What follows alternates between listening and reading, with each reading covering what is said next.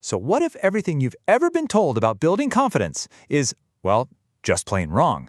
Today, we're going to break down a simple formula that completely flips the script on self-belief. And honestly, it's an idea that might just change how you see yourself. So let's get right into it. Okay, this quote right here from entrepreneur Leila Hormozi is the whole game. Confidence is the output, not the input. Think about that for a second. We've always been told that you need confidence before you can do the big, scary thing.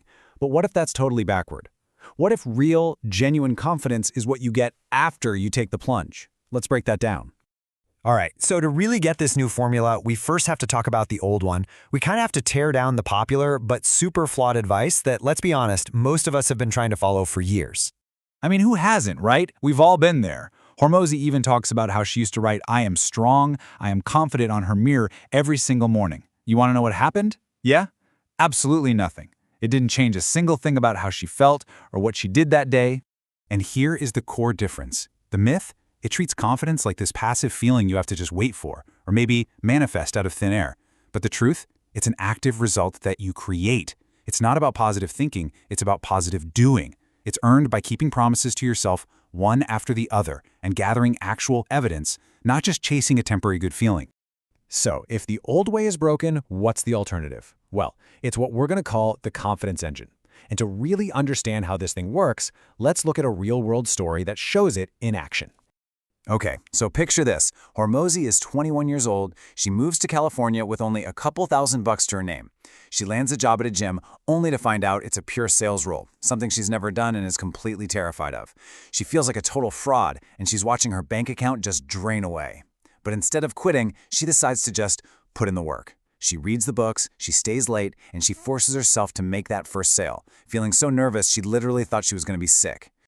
And this right here, this is the moment everything clicked. After she made that one sale, it wasn't about the praise or the commission. It was about the shift that happened inside of her. See, the confidence didn't show up before the sale. It arrived as a direct result of her doing the terrifying thing she was sure she couldn't do. Her action gave her brain proof that her old, negative beliefs were wrong.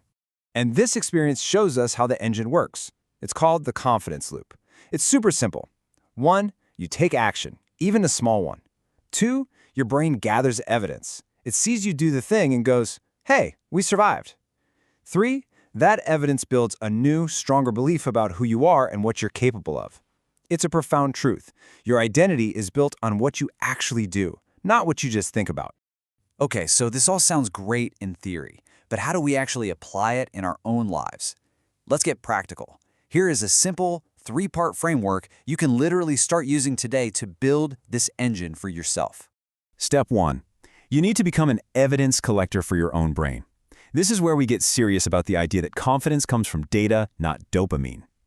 Our brains, they have this negativity bias. It's like they're Velcro for bad experiences and Teflon for good ones.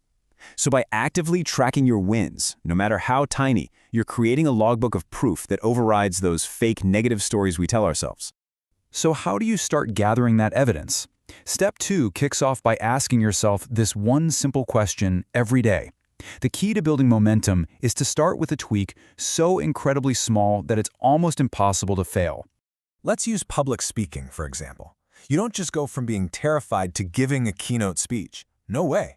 You start with a tiny tweak. Speak up for just 60 seconds on a team Zoom call. Boom, that's a win. You just gathered evidence. Then maybe you level up to running a small 5-minute section of a meeting. Another win. Each step is a small, manageable promise that you keep to yourself, and before you know it, those tiny wins have stacked up into a massive new skill and the real confidence to go with it. But what about the biggest roadblock of all? The one that stops us from making even that first tiny tweak? You know what I'm talking about. Fear. Okay, the first step is to completely reframe what fear actually is. Feeling scared doesn't mean you're weak or broken. It means your brain is working perfectly. Its main job is to keep you alive, so it flags anything new or uncertain as a potential threat. It's wired for your survival, not for your next big career move. So think of fear not as a stop sign, but just as a biological signal. And this is the mantra you need to remember when that fear shows up. Emotion follows motion. You have to move first.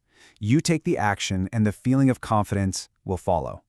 We waste so much time waiting to feel brave enough to act, when the reality is we become brave because we act.